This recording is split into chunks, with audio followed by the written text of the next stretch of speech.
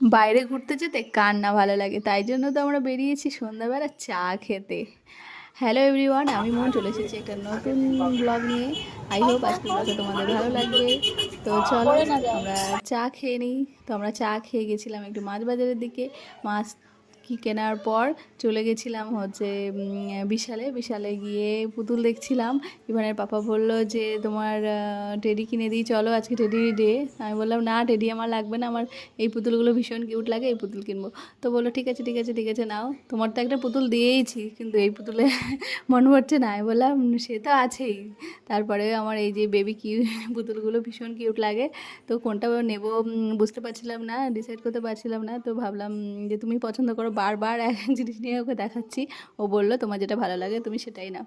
তো দেন শেষমেশ নিলাম একটা। নেওয়ার পরে আরও অনেক কিছু কিনলাম মল থেকে। তো দেন তারপরে যাচ্ছি এবার বাড়ির দিকে। তো দেখো এটা নিয়েছি, কেমন লাগছে অবশ্যই কমেন্ট করে জানিও। আর পুতুলটা নিয়ে যখন বাড়িতে এসে আদর করছিলাম, ইভান ভীষণ রেগে যাচ্ছিলো।